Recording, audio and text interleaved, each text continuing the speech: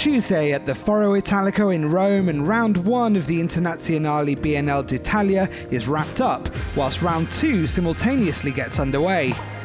Plenty of big names kicked off their campaigns, and there would be some serious clay court pedigree on display.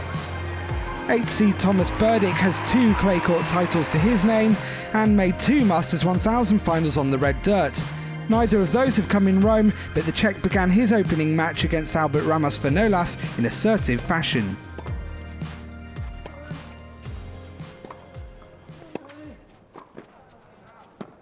Really well played. With the opener in the bag, Berdych was cruising in the second set as well. A break to the good. Oh, what feel. He liked that, didn't he? In the end, the Czech number 1 was simply too strong for his Spanish counterpart. Overall, Berdych was way too good.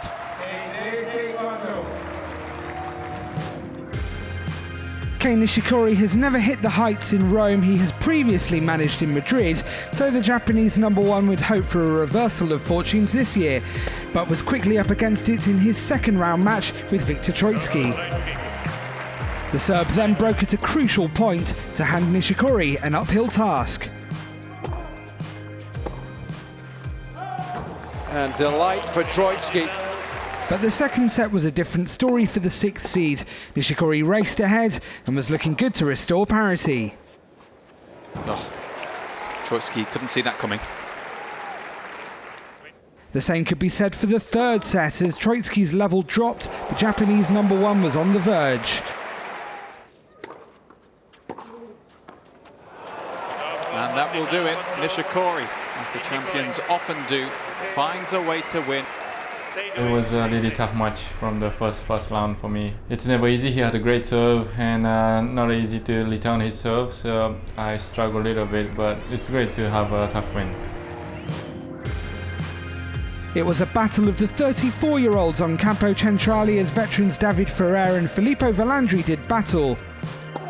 The Italian has been moonlighting as a commentator whilst playing on the ATP Challenger Tour. He was a qualifier here and was making the best of his opportunity in set 1. Oh, what a shot from Filippo Vallandri. Special. Ferrer battled back to take the match to a decider and looked good for an early break. That one break opportunity wasn't taken, but a further 2 were, including this one to put the Spaniard out of sight. Just a couple of points away, how quickly things can change. And after a scare, the Spanish number 2 was able to see off the threat.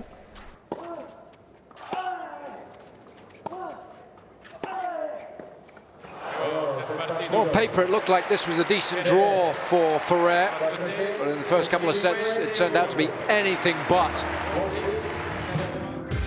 Stan Wawrinka holds clay court tennis's ultimate prize, and the Roland Garros champion would kick off his campaign in Rome against the unpredictable Frenchman Benoit Paire, who was edging towards taking the opening set.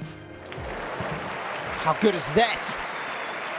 With the Frenchman a set up, Wawrinka would need to regain his composure to draw level. Luckily for the Swiss number 2, that wasn't a commodity he was lacking.